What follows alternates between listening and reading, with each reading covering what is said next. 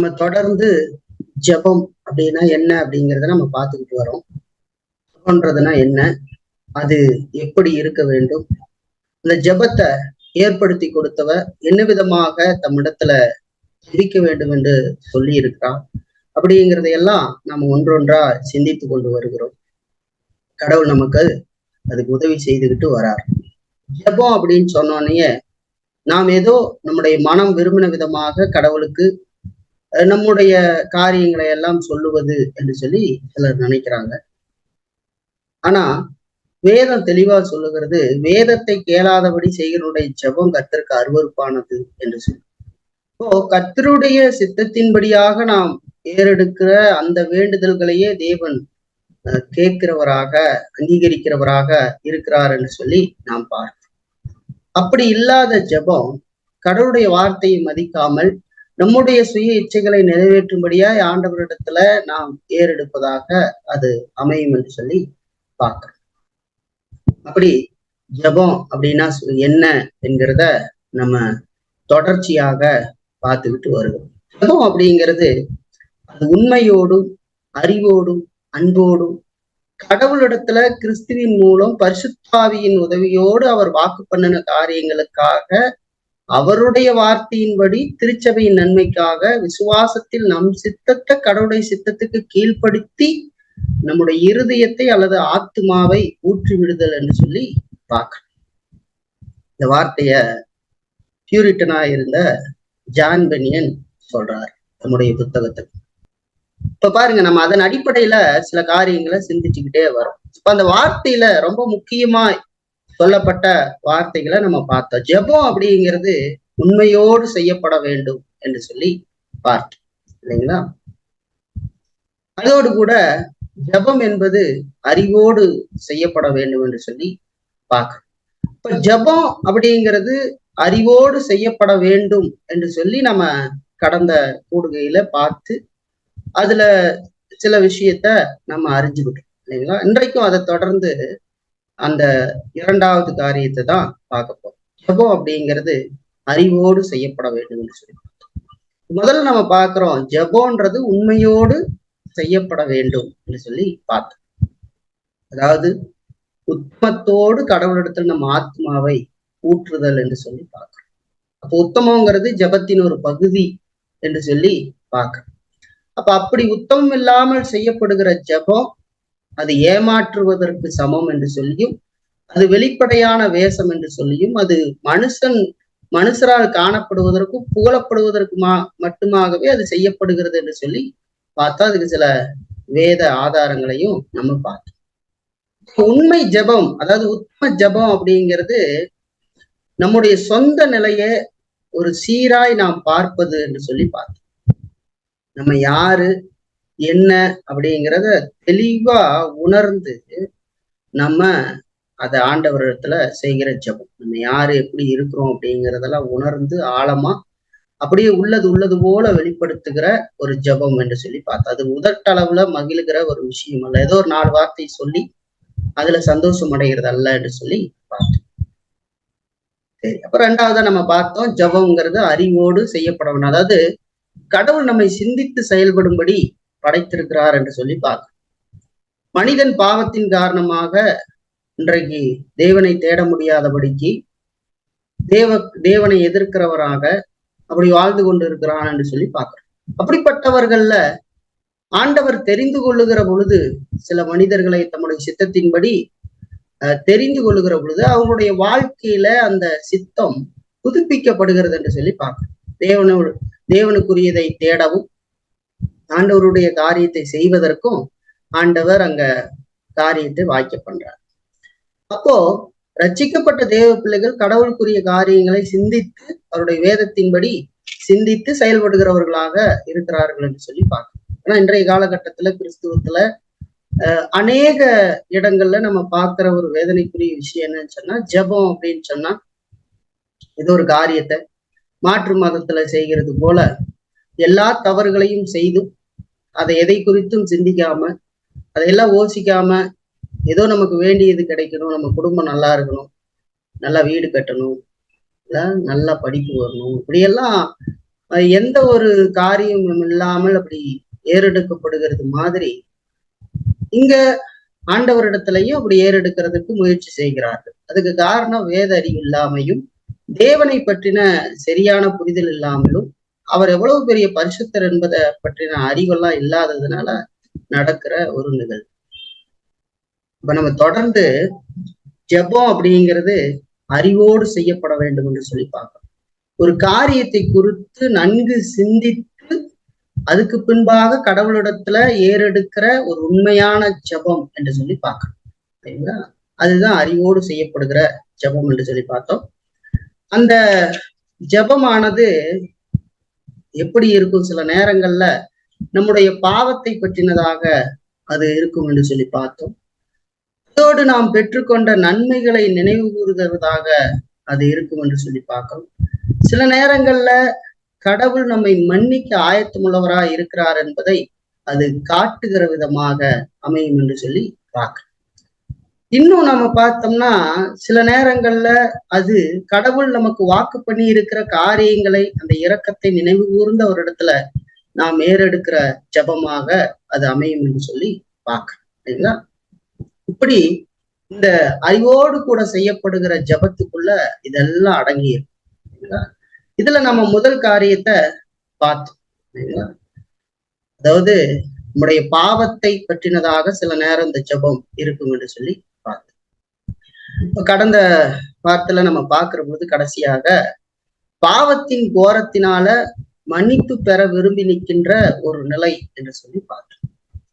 இந்த அறிவு சார்ந்த ஜபம் செய்த பாவத்தினுடைய கோரத்தை ஆழமாக உணர்ந்து ஆண்டவரிடத்துல மன்னிப்பு பெற வேண்டும் என்று சொல்லி விரும்பி நிற்கிற ஒரு நிலையாக இருக்கும் என்று சொல்லி பார்க்கிற ஆண்டவருடைய இரக்கத்திற்காக நிற்கிற ஒரு நிலையாக இருக்கும் என்று சொல்லி பார்க்க. இது ஆத்மா உணர்வுள்ள நிலை என்று சொல்லி பார்க்க. இது ஏக்கத்தோடும் அழுகையோடும் அதிலிருந்து உணர்வுகள் எழும்பி அது இருதயத்தை உடைக்க செய்து அது கடவுளுக்கு நேராக திருப்புகிறது என்று சொல்லி பார்க்கறீங்களா? இது இருதயம் கவலையோடு இருக்கிற ஒரு நேரம் என்று சொல்லி பார்க்கறீங்களா? இப்ப பாவத்தினால ஏற்படுற துக்கமும் கசப்பும் இருதயத்தை அழுத்துகிற போது அந்த பாரம் அப்படியே கிழித்து கொண்டு உண்மையான ஜபமாக வெளிவருகிறது என்று சொல்லி நாம் பார்க்கறீங்களா? அதுக்கு உதாரணமா நம்ம அண்ணாளுடைய ஜபத்தை பார்த்தோம், சங்கீதக்காரனுடைய ஜபங்களை பார்த்தோம், எசேக்கியா தீர்க்கதரிசியினுடைய ஜபங்களை எசேக்கியா ராஜாவினுடைய ஜபங்களை பார்த்தோம். அதோடு இன்னும் நிறைய பார்த்தோம் இல்லைங்களா? அப்ப இயேசு கிறிஸ்து கூட கெச்சமனே தோட்டத்துல அவர் செய்கிற ஜபம் இல்லைங்களா, கடவுளை நோக்கி பலத்த சத்தத்தோடு கண்ணீரோடு அவர் விண்ணப்பம் பண்ணினார்ன்னு சொல்லி பார்க்கணும் இல்லைங்களா? அப்ப அது பாரத்தினால் ஏற்படுகிற அந்த அந்த பாரம் அழுத்தி அந்த இறுதியை உடைக்கப்பட்டு வெளிவருகிற ஒரு ஜபம் என்று சொல்லி பார்க்கணும். அதுதான் அறிவு சார்ந்த ஜபம் என்று சொல்லி பார்க்கணும். அது இல்லாம செய்யப்படுகிற ஜபம் அப்படின்னு சொல்லும் பொழுது அது வெறுமனே சும்மா ஒரு 4 வார்த்தையை திருப்ப திருப்ப சொல்லிக்கிட்டு நான் வந்து ஜெபம் பண்ணிக்கிட்டு இருக்கிறேன் கடவுள் இடத்துல அப்படின்னு சொல்ற மாதிரி ஒரு காரியம். சரிங்களா? நம்ம எவ்வளவு நேரம் வேணாலும் அதை சொல்லி கொண்டு இருக்கலாம், மணிக்கணக்காக நாள் கணக்காக நம்ம சொல்லிக்கிட்டு இருக்கலாம். ஆனா கடவுள் அதை ஒருபோதும் கேட்க மாட்டேன்னு சொல்றார் இல்லைங்களா? அதை கேட்க மாட்டார். ஏன்னு சொன்னா ஆண்டவர் பரிசுத்தமானவர் இல்லைங்களா? நம்ம மனசுக்கு விரும்புறதெல்லாம் போய் சொல்லிக்கிட்டு இருந்தா, நான் அதுக்கு ஒரு உதாரணம் கூட கொடுத்தேன். ஒரு குழந்தைய நம்ம பிள்ளைகளை கடைக்கு கூட்டிகிட்டு போகும்போது அது ஒரு போதைப் பொருளை பார்த்துட்டு கடையில அது கேட்குது.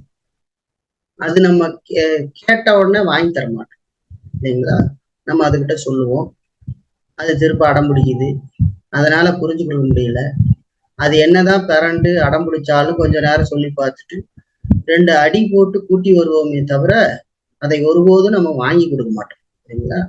இந்த மாதிரி கடவுளிடத்துல நம்முடைய இச்சைகளின் அடிப்படையில ஏறெடுக்கிற அந்த ஜபம் அது கடவுளால் அங்கீகரிக்கப்பட மாட்டாது என்று சொல்லி பார்க்கணும். அது நம்மளுடைய நினைவுல எப்பவுமே இருக்கும் இல்லைங்களா?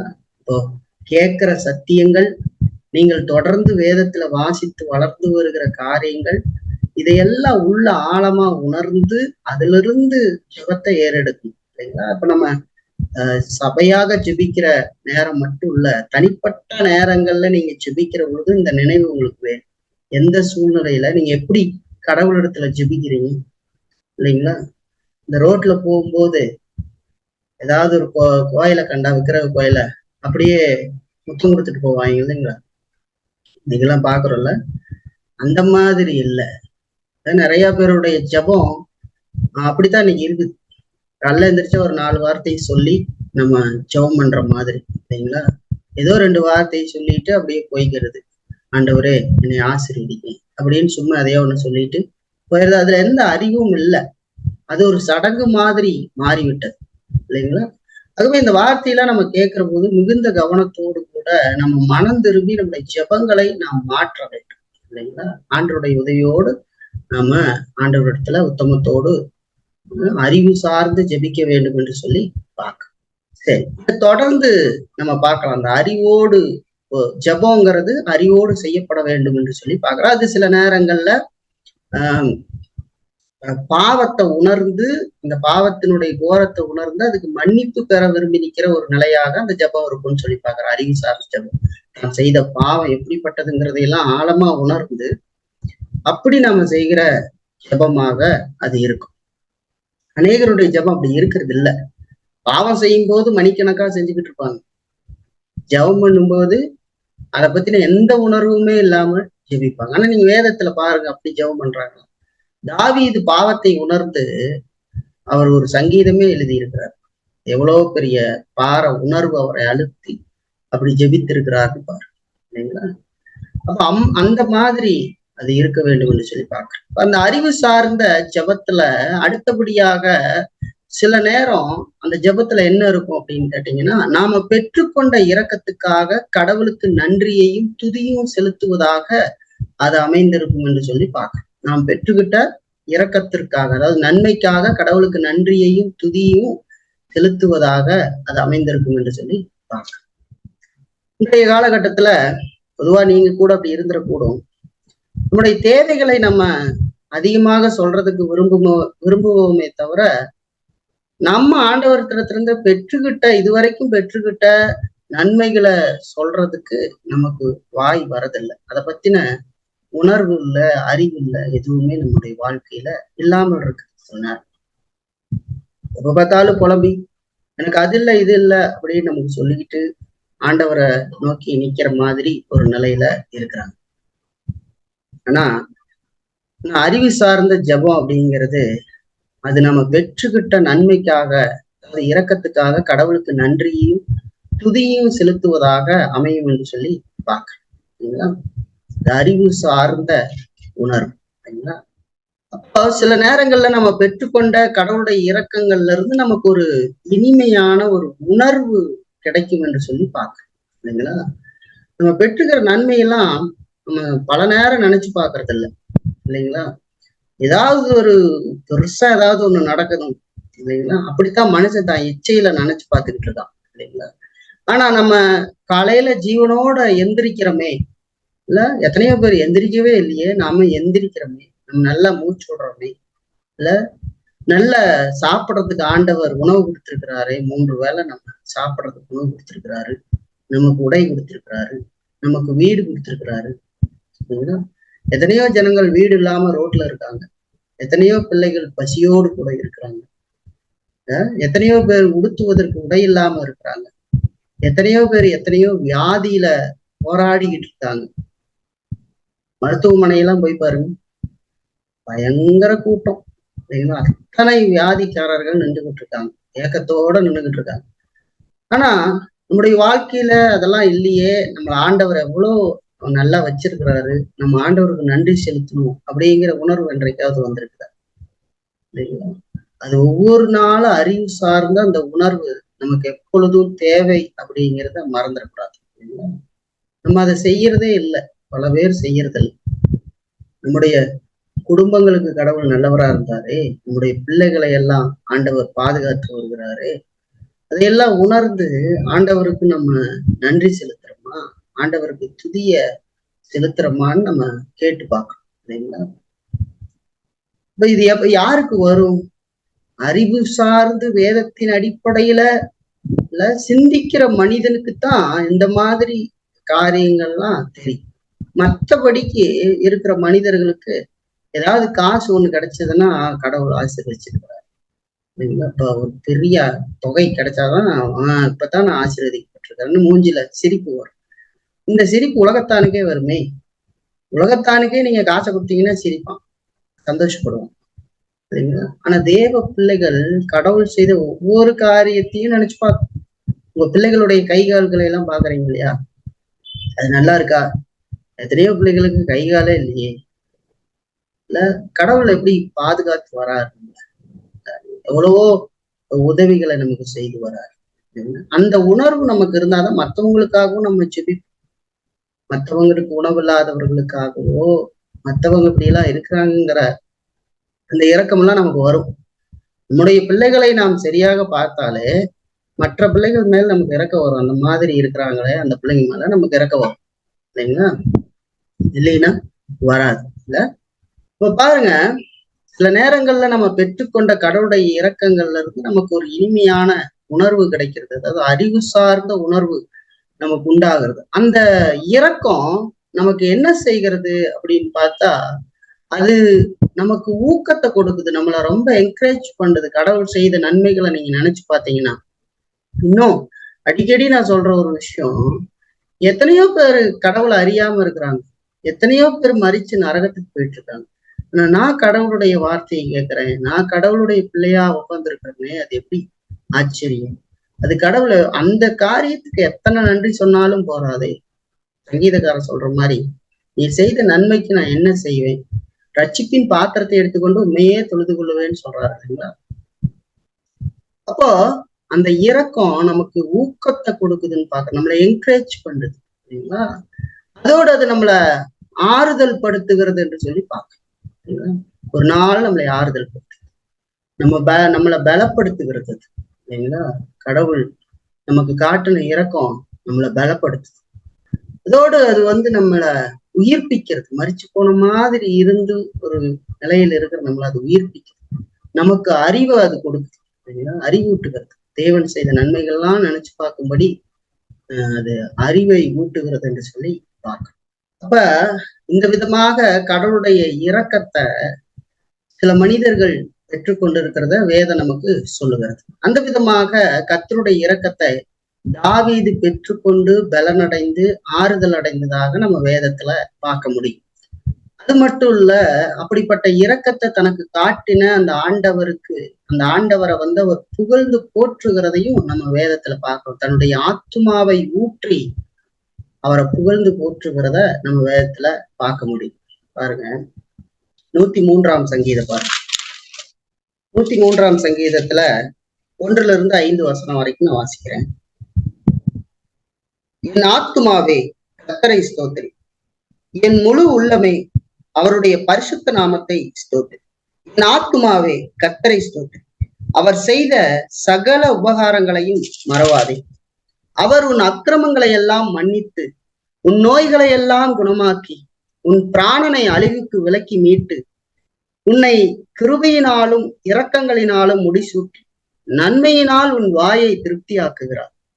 கழுகுக்கு சமானமாய் உன் வயது திரும்ப வாழ வயதை போல் ஆகிறது என்று சொல்லி சொல்றார். பொதுவா இன்றைக்கு அநேக சபையில இந்த முன்னாடி இருக்கிற 2 வசனத்தை சடங்கு மாதிரி கடைசியா போகும்போது சர்ச்சை முடியும் போது, என் ஆத்துமாவே கர்த்தரை ஸ்தோத்திரி, என் முழு உள்ளமே அவருடைய பரிசுத்த, எதுக்கு சொல்றோம்னு தெரியாது. அவங்களுக்கு ஒண்ணு நல்லா தெரியும், எதுக்கு சொல்றாங்க தெரியுமா? அப்பாடா கூட்டம் முடிஞ்சிருச்சு, வீட்டுக்கு போயிடலாம் அப்படிங்கிறதுக்கு சொல்லுவாங்க இல்லைங்களா? முடிஞ்சு போச்சு, இதோட அது சத்தம் கேட்டாலே முடிஞ்சிருச்சு கூட்டம் அப்படிங்கிறது. ஆனா தாவீது இங்க தன்னுடைய ஆத்மாவை பார்த்து பேசுகிறார். கடவுள் செய்த நன்மைகள்லாம் நினைச்சு, என் ஆத்மாவே கர்த்தரை ஸ்தோத்திரி, அதாவது கர்த்தரை துதி, என் முழு உள்ளமே அவருடைய பரிசுத்த நாமத்தை துதின்னு சொல்றார். நீ துதிச்சுக்கிட்டே இரு அவர் உனக்கு செய்த நன்மைகளை நினைச்சு. ஆண்டவர்கிட்ட சொல்றாரு, தன்னுடைய ஆத்மாவை பார்த்து சொல்றாரு, என் ஆத்மாவே கர்த்தரை துதி, அவர் செய்த எல்லா நன்மைகளையும் நீ மறந்துடாத அப்படின்னு சொல்றாரு இல்லைங்களா. 2வது அதான் சொல்ற, அவர் செஞ்ச உனக்கு உனக்கு செஞ்சிருக்கிறாரு பாரு எவ்வளவு பெரிய நன்மை, அதையெல்லாம் நீ ஒருபோதும் மறந்துடாதேன்னு சொல்லி ஞாபகப்படுத்துறார். அவரும் பாவங்களை எல்லாம் மன்னிக்கிறார், உன்னுடைய நோய்களை எல்லாம் குணமாக்கி இருக்கிறார்னு சொல்றார் இல்லைங்களா. உன்னுடைய உயிரை மரண குழியிலிருந்து அவர் மீட்டு இருக்கிறார் அப்படின்னு சொல்றார். அதுதான் சொல்றார், உன்னை கிருபையினாலும் இரக்கங்களினாலும் முடிசூட்டி நம்முடைய உடன்படிக்கையினுடைய அன்பினால இரக்கங்கள்னால அவர் முடிசூட்டி இருக்கிறார் அப்படின்னு சொல்றார். 5வது வசனத்தில் சொல்றது இல்லைங்களா, நன்மையினால் உன் வாயை திருப்தியாக்குகிறார். அது என்ன, அவர் உன் வாழ்வை நன்மையான காரியங்கள்னால திருப்தி ஆக்குகிறார் என்று சொல்லி சொல்றார். அதனால நீ எப்படி இருக்கிற, உன்னுடைய அந்த இளமை கழுகினுடைய இளமையை போல மறுபடியும் புதுப்பிக்கப்படுகிறது என்று சொல்லி சொல்றாரு இல்லைங்களா. பாருங்க, செய்த நன்மைகளை நினைத்து அந்த துதியும் நன்றியும் உருவாகிறது இல்லைங்களா. இதுக்கெல்லாம் எங்க நேரம் இருக்குதுங்க அப்படின்னு கேக்குறீங்களா. நிறைய பேர் அப்படித்தான் இருப்பாங்க, எதுக்குமே எனக்கு நேரம் இல்லை, நான் பாட்டுக்கு போவேன் வருவேன், அப்படி இருப்பேன் இப்படி இருப்பேன். ஆனா ஒரு தெய்வ பிள்ளை எப்பொழுதும் கடவுளை குறித்து சிந்தித்துக் கொண்டிருக்கேன் சரிங்களா. கடவுளுடைய காரியம், எல்லா காரியம் A to Z எல்லா விஷயத்திலையும் கர்த்தர் இல்லாமல் அவன் செயல்பட மாட்டான். இந்த காரியத்துல கடவுள் சொல்லி இருக்காரா, இந்த காரியத்துல கடவுள் சொல்லி இருக்கிறாரா, இதை பத்தி கடவுள் என்ன சொல்றாரு, நான் எப்படி நடக்கும் இல்லையா. அப்போ அவங்க சிந்தனையே வேதத்துக்கு கட்டுப்பட்டதாகவே இருக்கும். வேதத்துக்கு வெளியில ஒருத்தர் சிந்திச்சுக்கிட்டு இருக்கிறான் அப்படின்னா, கர்த்தருடைய பிள்ளையாக இருந்து அவன் சிந்திச்சுக்கிட்டு இருக்கிறான்னா அவன் தவறா இருக்கிறான்னு அர்த்தம் இல்லைங்களா. அவன் தவறாதான் சிந்திச்சுக்கிட்டு இருக்கிறான், உலகப்போக்குல சிந்திச்சுக்கிட்டு இருக்கிறான், கடவுள் இல்லாத நிலையை போல அவனுடைய நினைவுகள் இருக்குது அப்படிங்கிறதான் பாருங்க. தாவீது எப்படி ஜெபிக்கிறாருன்னு பாருங்க. இப்போ இப்படி பரிசுத்தவான்களுடைய ஜெபம் சில நேரங்கள்ல துதியாகவும் நன்றி செலுத்துவதாகவும் மாறி இருக்கிறத நம்ம பார்க்கணும். இந்த ஜெபம் எப்படிப்பட்டது, இது அறிவு சார்ந்த ஜெபம். போய் நம்ம பாட்டுக்கு உட்காந்துக்கிட்டு ஆண்டவரே நீர் பெரியவர் வல்லவர் மேலானவர் உயர்ந்தவர் இப்படின்னு சும்மா அதே ஒண்ணு சொல்லிக்கிட்டு இருக்கிறதுன்னு அர்த்தமா. வேதத்துல அந்த வார்த்தைகள் எல்லாம் அவங்க பயன்படுத்தும் போது ஏதோ இன்றைக்கு நம்ம போய் அதை செய்யணும், நீர் சர்வ வல்லமை உள்ளவர் ஆண்டவரு நீர் இப்படி சும்மா அதே ஒண்ணு சொல்லிக்கிட்டு இருக்கிறதுக்காக பயன்படுத்தப்பட்ட வார்த்தை இல்லை. அவர்கள் உண்மையாகவே அவருடைய அந்த சர்வ வல்லமையை வாழ்க்கையில அனுபவிக்கிறார்கள், அதை நோக்கி பார்க்கிறார்கள், வேதத்தின் மூலமா அவர் செய்த காரியங்களை நினைவு கூறுகிறார்கள். இல்ல ஜெபம் பண்ணும் போது எப்படி ஜெபம் பண்றாங்க, ஆபிரகாம் ஈசாக்கு யாக்கோபு என்பவருடைய தேவனே அப்படின்னு ஜெபம் பண்ண என்ன அவங்க நினைவு கூறுறாங்க, ஆபிரகாமை அழைத்து ஆபிரகாமின் மூலமாக ஒரு சந்ததியை ஏற்படுத்தி நடத்தி வந்த அந்த தேவனே, இந்த இக்கட்டான காலங்களிலே எங்களை மீட்டவரே, உங்களுடைய வாக்கை நீர் உறுதிப்படுத்தினவரே அப்படின்னு உள்ளத்தின ஆழத்துல இருந்து அதெல்லாம் அவங்க சொல்றாங்க. அறிவு சார்ந்த ஜெபம், அறிவு சாராத ஜெபம் அல்ல இல்லைங்களா. அதனால ரொம்ப கவனமா நம்ம ஜெபம் பண்ண, நம்முடைய ஜெபம் வேதத்தின் அடிப்படையில அறிவு சார்ந்து அமைந்திருக்க வேண்டியது அவசியம். அடுத்து புதிய ஏற்பாட்டுல ஒரு பகுதியை நம்ம பார்க்கணும். அப்போஸ்தலனாகிய பவுல் பிலிப்பியருக்கு எழுதின நிருபம் 4ஆம் அதிகாரத்துல 6-7 வசனத்தை வாசிக்க நம்ம பார்த்தோம்னா, நீங்க ஒன்றுக்கும் கவலைப்படாமல் எல்லாவற்றையும் குறித்து உங்கள் விண்ணப்பங்களை ஸ்தோத்திரத்தோடு கூடிய ஜெபத்தினாலும் வேண்டுதலினாலும் தேவனுக்கு தெரியப்படுத்துங்க. அப்பொழுது எல்லா புத்திக்கும் மேலான தேவ சமாதானம் உங்கள் இருதயங்களையும் உங்கள் சிந்தைகளையும் கிறிஸ்து இயேசுவுக்குள் காத்து கொள்ளும் என்று சொல்லி சொல்றது. நீங்க ஒண்ணுக்கும் கவலைப்படாம, நீங்க எதை பற்றியும் கவலைப்படாமல், அதே நேரத்துல எல்லாவற்றையும் நன்றி செலுத்துவதோடு அதான் சொல்றார் ஸ்தோத்திரத்தோடு அப்படின்னு நீங்க வரப்பட்ட வார்த்தை, உங்கள் விண்ணப்பங்களை ஸ்தோத்திரத்தோடு அப்படின்னா நன்றி செலுத்துவதோடு உங்கள் விண்ணப்பங்களை ஆண்டவருக்கு செலுத்துங்கள்னு சொல்றார். கடவுள் செய்த நன்மைகளை எல்லாம் நினைச்சு பார்த்து இந்த நன்றியோடு கூட உங்களுடைய காரியங்களை விண்ணப்பங்களை செலுத்துங்க. அதனாலதான் ஜெபத்துல இது ரெண்டும் இருக்கும்னு சொல்லி பார்க்கணும். நன்றி செலுத்துதலும் பின்பு நம்முடைய விண்ணப்பத்தை கடவுளிடத்துல வைப்பது. நாம் இதுவரைக்கும் பெற்றுக்கொண்ட அந்த நன்றி அந்த நன்மைகளுக்கு நன்றி செலுத்துதலும் அதோடு கூட இப்போ ஆண்டவரிடத்துல காரியங்களை வெளிப்படுத்த நம்முடைய காரியங்களை வெளிப்படுத்துற இதெல்லாம் அறிவு இல்லாமல் நடக்குமா?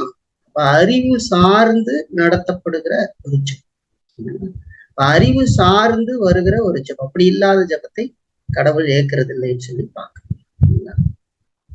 இப்ப நம்ம பெற்றுக்கிட்ட அந்த இரக்கத்துக்காக ஆண்டவருக்கு அறிவோடு நன்றி செலுத்துகிற இந்த ஜெபங்கிறது கடவுளுடைய பார்வையில ஒரு வலிமையான ஜெபமாக இருக்குதுன்னு சொல்லி பார்க்க. நம்ம பெற்ற அந்த இரக்கத்துக்காக ஆண்டவர்கிட்டத்துல அறிவோடு நம்ம செய்கிற அந்த நன்றி செலுத்துகிற அந்த ஜெபம் கடவுளுடைய பார்வையில ஒரு வலிமையான ஜெபம். அது மேலோங்கி நிக்கிறதுன்னு சொல்லி பார்க்கலாம். ஏன்னா அது உணர்வு பூர்வமாக அறிவோடு ஆண்டவர் சொன்ன விதத்துல வந்த ஒரு ஜெபம். அதை கடவுள் அங்கீகரிக்கிறாருன்னு சொல்லி பார்க்க. அதுக்கு மாறான ஜெபங்களை கடவுள் அங்கீகரிக்கிறது இல்லை அப்படின்னு சொல்லி பார்க்க. இப்ப பாருங்க, இந்த ஜெபம் அப்படிங்கிறது அது அறிவோடு செய்யப்பட வேண்டும் சொல்லி பார்க்க. நம்ம பெற்றுக்கிட்ட இரக்கத்துக்காக கடவுளுக்கு நன்றியையும் துதியையும் நாம் செலுத்த வேண்டும். அந்த விதமாக அந்த அறிவு சார்ந்த ஜெபம் இருக்கும் என்று சொல்லி பார்க்க. இதுலயே இன்னொரு பகுதிய நம்ம சுருக்கமா பார்த்து நம்ம ஜெபத்துக்கு போறோம். அடுத்து நம்ம இதுல பாக்குறது என்னன்னா, அந்த அறிவு சார்ந்த ஜெபம் அப்படிங்கிறதுல கடவுள் வாக்கு பண்ணின நாம் பெற வேண்டிய அவருடைய இரக்கங்களை சொல்லி நம்ம ஜெபிக்கிறோம். கடவுள் வாக்கு பண்ணி இருக்கிற நாம் பெற வேண்டிய அவருடைய இரக்கங்களை சொல்லி ஜெபம் பண்றது. இதுக்கு உதாரணமா சில மனிதர்களை நான் காட்டி நம்ம தொடர்ந்து பார்க்கலாம். சில மனிதர்களை நம்ம இதுக்கு உதாரணமாக பார்க்கலாம். பழைய ஏற்பாட்டுல நம்ம பார்த்தோம்னா 2 சாமுவேல் 7ஆம் அதிகாரத்துல 27ஆம் வசனத்தை நம்ம பார்த்தோம்னா சொல்லுது, உனக்கு வீட்டை கட்டுவேன் என்று இஸ்ரவேலின் தேவனாகி சேனைகளின் கர்த்தராய் இருக்கிற நீர் உமது அடியேனின் செவிக்கு வெளிப்படுத்தினீர். ஆகையால் உம்மை நோக்கி இந்த விண்ணப்பத்தை செய்ய உமது அடியேனுக்கு மனதைரியம் கிடைத்தது என்று சொல்லி தாவீது சொல்றார். இந்த பகுதியை நீங்க முழுவதுமாக வீட்டுல வாசிங்க. இந்த பகுதியினுடைய சுருக்கத்தை சொல்றேன். தாவீது என்ன சொல்ல வர? தாவீது ஒரு ஆடு மேய்க்கிறவராக இருந்து மற்றவர்களால் ஒரு அற்பமாக எண்ணப்பட்ட மனிதராக குடும்பத்துல இருந்த ஒரு மனிதர் தான் தாவீது. ஆனா தேவன் அவரை தெரிந்து கொண்டு ஆடுகளுக்கு பின்னாக போன அந்த மனிதனை இஸ்ரவேலினுடைய ராஜாவாக அவர் உயர்த்தி வைத்தார் என்று சொல்லி பார்க்கிறோம். அப்படி உயர்த்தி வைக்கப்பட்டு பொழுது தாவீது ராஜாவாக இருக்கிற அந்த நேரத்துல, அவர் ஒரு உயர்ந்த ஸ்தானத்துல இருக்கிற நேரத்துல அவர் வேதனைப்படுகிறத பார்க்கிறோம். தாவீது, நான் இப்போ இந்த மேலான இடத்துல இருக்கிறேன், கேதுரு மரங்கள்னால செய்யப்பட்ட வீட்டுல நான் வாசம் பண்றேன் அப்படின்னு சொல்லி நாத்தான் தீர்க்கதரிசிக்கிட்ட தாவீது சொல்றார். சரிங்களா? நான் இப்ப இப்படி இருக்கிறேன், ஆனா கடவுளுடைய பெட்டி அது இப்ப எங்க இருக்குது பாருங்க. 2ஆம் வசனத்துல சொல்லி பாருங்க, ராஜா தீர்க்கதரிசி ஆகிய நாத்தானை நோக்கி பாரும், கேதுர் மரங்களால் செய்யப்பட்ட வீட்டிலே நான் வாசம் பண்ணும் போது தேவனுடைய பெட்டி திரைகளின் நடுவே வாசமா இருக்கிறது என்றாருன்னு சொல்லி வேதனைப்படுறாரு. அதுக்கு ஒரு ஆலயம் இல்லை, நான் இப்படி இருக்கேன், ஆண்டவர் என்னை உயர்த்தி வைத்து விட்டார், ஆனா நான் அப்படி இருக்கிறேன் அப்படின்னு சொல்லி சொல்றேன். இப்ப நாத்தான்வேல் தீர்க்கதரிசி சொல்லிடுறா, நீ உன் மனக்காரியத்தை அப்படியே போய் ஆண்டவர்கிட்ட சொல்லு, ஆண்டவர் மோடு இருக்கிறாரே என்று சொல்லி சொல்லிடுறார். சொன்னதுக்கு பின்பதாக தாவீது ஆண்டவரிடத்துல போறதுக்கு முன்னாடி நாத்தான்வேல் இடத்துல கடவுள் பேசுகிறார். பல காரியங்களை நாத்தானுக்கு வெளிப்படுத்துகிறார். தீர்க்கதரிசியாகி நாத்தானுக்கு வெளிப்படுத்தி, நீ தாவீது கிட்ட இதையெல்லாம் சொல்லு அப்படின்னு சொல்றார். நான் உன்கிட்ட ஆலயம் கேட்டேனா? நான் வாசம் பண்ணி கூடாரங்கள்ல வாசம் பண்ணி அவங்க கூட உலாவி வருகிற அந்த காலத்துல கூட நான் அது மாதிரி கேட்டேனா? அப்படி எல்லாம் பல காரியங்களை சொல்லிட்டு, நான் உன்னைய ஆடுகளுக்கு பின்னாக இருந்த உன்னை நான் அரசனாக உயர்த்தி வைத்திருக்கிறேன், தொடர்ந்து உன்னுடைய வம்சத்துல உன் பிள்ளையும் அப்படி உயர்த்துவேன், உன் பையன் எனக்கு ஆலயம் கட்டுவான், அப்படி எல்லாம் ஆண்டவர் சொல்றார். அதையெல்லாம் சொல்லி நாத்தான்வேல் இடத்துல சொல்லி அதை தாவீதுக்கு சொல்லி சொல்றார். அப்படி தாவீது கிட்ட நாத்தான்வேல் எல்லா காரியத்தையும் அறிவிக்கிறார். அதை அறிவித்ததை கேட்டதுக்கு முன்பதாக தாவீது கடவுளுடைய சமூகத்துல போய் ஜெபிக்கிற அந்த ஜெபம் தான் இது, இல்லைங்களா? 18ஆம் வசனத்துல இருந்து அதை நம்ம பார்க்க முடியும். 18ஆம் வசனம் பாருங்க. அப்பொழுது தாவீது ராஜா உட்பிரவேசித்து கர்த்தருடைய சமூகத்திலிருந்து, கர்த்தராகிய ஆண்டவரே, தேவரீர் என்னை இதுவரைக்கும் கொண்டு வந்ததற்கு நான் எம்மாத்திரம், என் வீடும் எம்மாத்திரம். கர்த்தராகிய ஆண்டவரே, இது இன்னும் உம்முடைய பார்வைக்கு கொஞ்ச காரியமாய் இருக்கிறது என்று கர்த்தராகிய ஆண்டவராய் இருக்கிற தேவரீர் உம்முடைய அடியேனுடைய வீட்டை குறித்து வெகு தூரமாயிருக்கும் காலத்து செய்தியை மனுஷர் முறைமையாய் சொன்னீரே என்று சொல்லி சொல்றார். நீ இதுவரைக்கும் நான் நடத்திக்கிட்டு வந்த காரியம் உம்முடைய பார்வைக்கு கொஞ்சமா இருக்குதா? என்னை இப்படி ஆக்கிட்டீங்க ஆண்டவரே. நான் ஒரு ஆடுகளுக்கு பின்னாடி தெரிஞ்சுக்கிட்டு இருந்தேன், என்னைய அரசனாக்கி வச்சிருக்கிறீங்க. இதுவும் பார்வைக்கு கொஞ்சமா தெரியுதா?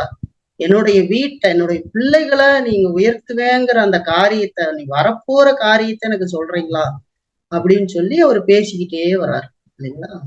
அப்படி பேசிக்கிட்டு வந்துதான் 27ஆம் வசனத்தில் சொல்றாரு, உமக்கு வீட்டை கட்டுவேன் என்று, அதாவது அவருடைய குடும்பத்தை ஆசீர்வதிப்பேன்னு சொல்லி, தாவீதுடைய குடும்பத்தை ஆசீர்வதிப்பேன் என்று இஸ்ரவேலின் தேவனாகிய சேனைகளின் கர்த்தராய் இருக்கிற நீர் உம்முடைய அடியேனின் செவிக்கு வெளிப்படுத்தினீர்.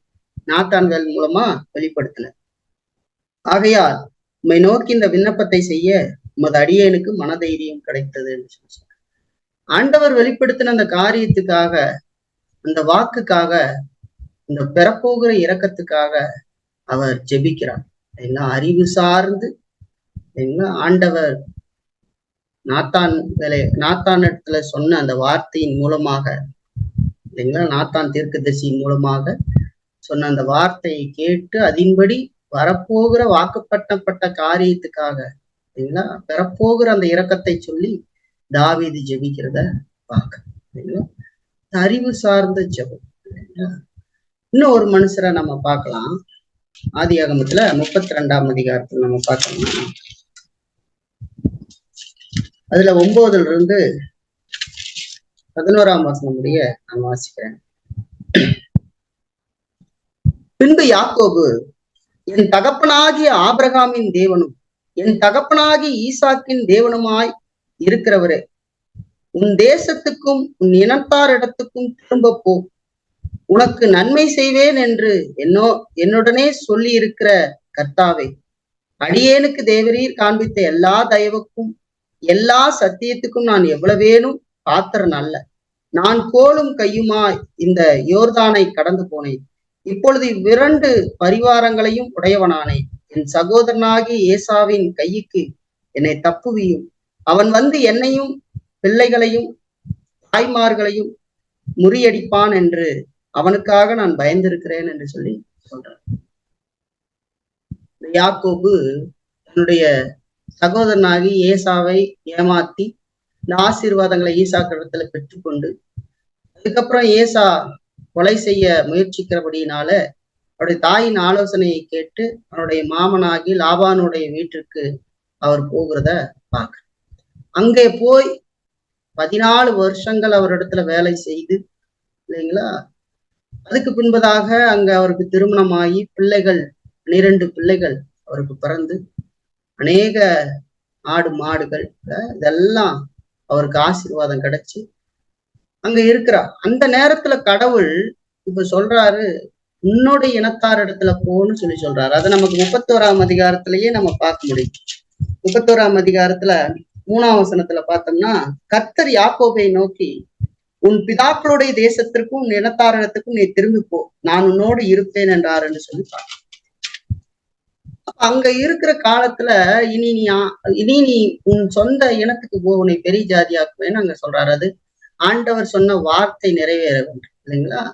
அப்ப அப்படி வருகிற யாக்கோபு இப்போ ஏசாவுக்கு தன்னுடைய அண்ணனுக்கு பயந்துகிட்டு இப்போ ஜெபிக்கிற ஒரு விஷயம்தான் இங்க நம்ம பார்த்தோம், இல்லைங்களா? அப்படி அவர் ஜெபிக்கிற பொழுது 9ஆம் வசனத்துல சொல்லும் போது 32:9 பின்பு யாக்கோபு, என் தகப்பனாகி ஆபிரகாமின் தேவனும் என் தகப்பனாகி ஈசாக்கின் தேவனுமாய் இருக்கிறவரே, உன் தேசத்துக்கும் உன் இனத்தாரத்துக்கும் திரும்ப போ, உனக்கு நன்மை செய்வேன் என்று என்னுடனே சொல்லி இருக்கிற கர்த்தாவே என்று சொல்றார். இப்ப நீ போ, உன்னை நான் ஆசீர்வதிப்பேன்னு சொல்றார். சரிங்களா? இங்க பார்த்தா ஏசா இருக்கிறார். அப்ப அந்த வார்த்தைகளை கடவுள் சொன்ன, தான் இரக்கம் காட்டுவேன்னு சொன்ன அந்த வார்த்தையை அவர் உணர்ந்து கடவுளிடத்துல ஜெபிக்கிறார்.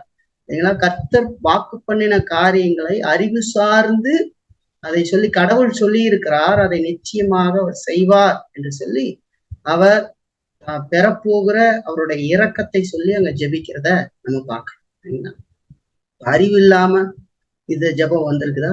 ஏற்கனவே கடவுள் சொன்ன வார்த்தையை அங்க காட்டி இப்ப யாக்கோபு ஜெபிக்கிறார். சரிங்களா? அப்ப ஜெபம்ங்கிறது அறிவு சார்ந்து வர வேண்டும். சரிங்களா? இப்ப கடவுள் வாக்கு பண்ணினதை நாம் பெற வேண்டிய அவருடைய கடவுள் வாக்கு பண்ணின நாம் பெற வேண்டிய அவருடைய இரக்கங்களை சொல்லி நாம் ஜெபிக்கிறதும் இந்த அறிவு சார்ந்த ஜெபத்தோடு அமையும். நமக்கு என்ன வாக்கு பண்ணியிருக்கிறார்?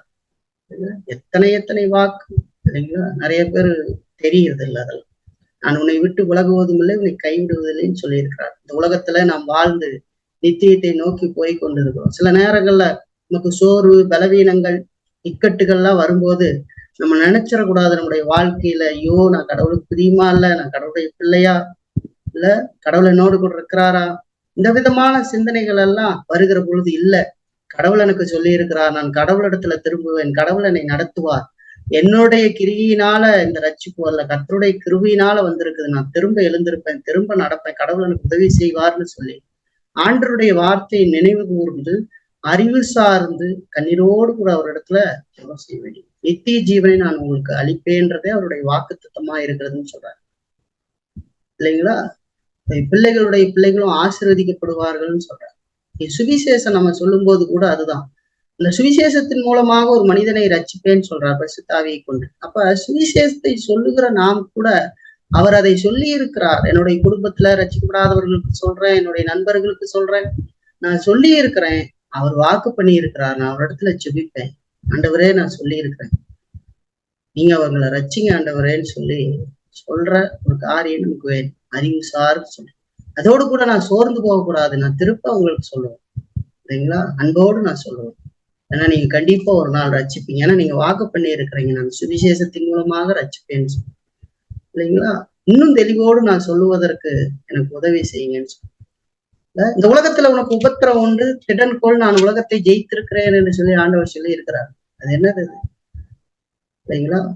இதோ உலகத்தின் முடிவு பரியந்தம் சகல நாட்களும் நான் உங்களோடு கூட இருக்கிறேன்னு ஆண்டவர் சொல்றேன்.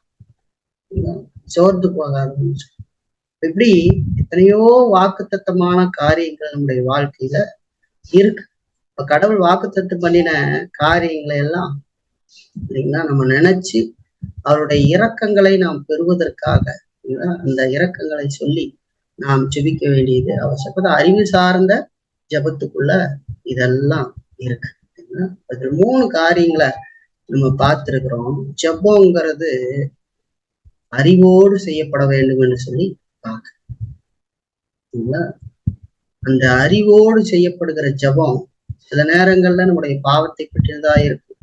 சில நேரத்துல நம்ம பெற்றுக்கிட்ட நன்மைகளை நினைவு கூர்ந்து அதுக்கு துதியையும் நன்றி செலுத்துகிறதா அது அமையும்.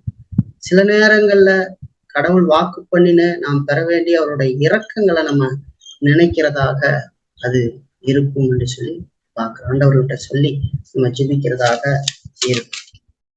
ஆகவே நம்முடைய ஜெபம் எப்படி இருக்குது அப்படிங்கிறதெல்லாம் சிந்திச்சு பார்த்து நம்ம கடவுளிடத்துல நம்மளை தாழ்த்த வேண்டியது அவசியம். அப்படியெல்லாம் நம்முடைய நிலையை நம்ம காட்டுகிற பொழுது ஆண்டவர் நம்ம இன்னும் ஊக்கப்படுத்தி இன்னும் அவரோடு நம்ம நெருங்கி வருவதற்கு ஆண்டவர் உதவி செய்கிற ஜெபத்தின் வழியாக நம்ம நெருங்குவதற்கு உதவி செய்வாகவே நம்ம அதையெல்லாம் நினைச்சு பார்ப்போம். கர்த்தர் நம்மை நடத்துவார்.